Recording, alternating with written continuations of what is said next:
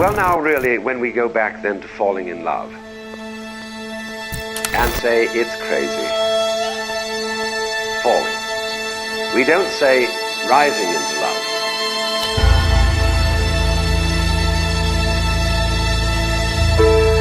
There is always a curious tie at some point between the fall and the creation.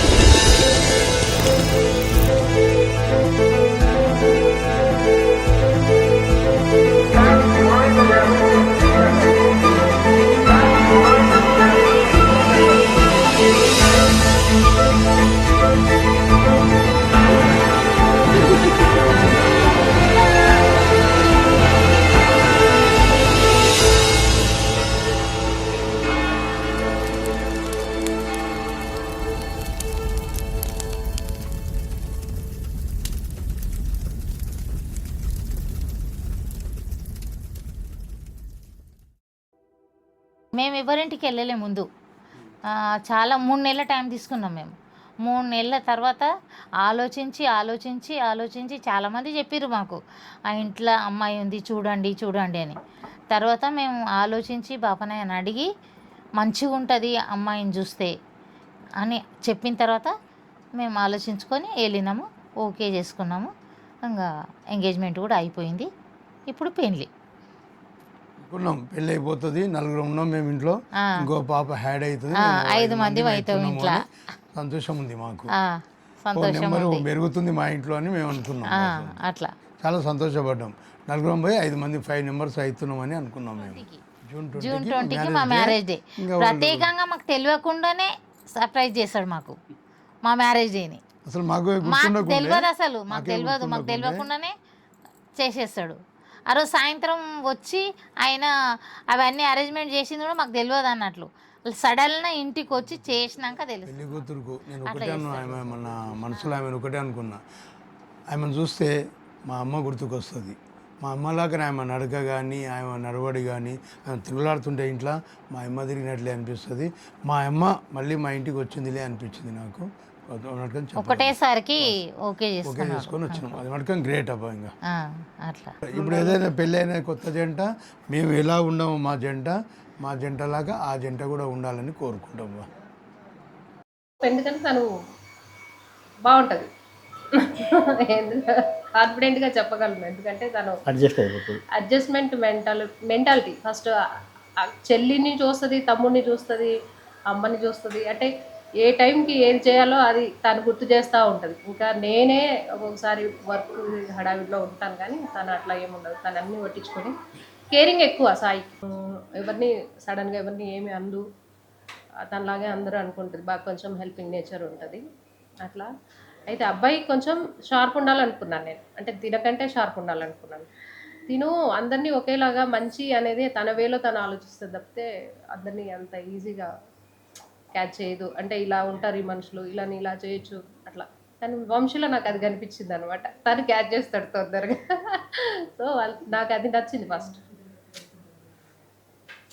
ప్రతి నిమిషం సాయి సాయి సాయి ఇసవుతా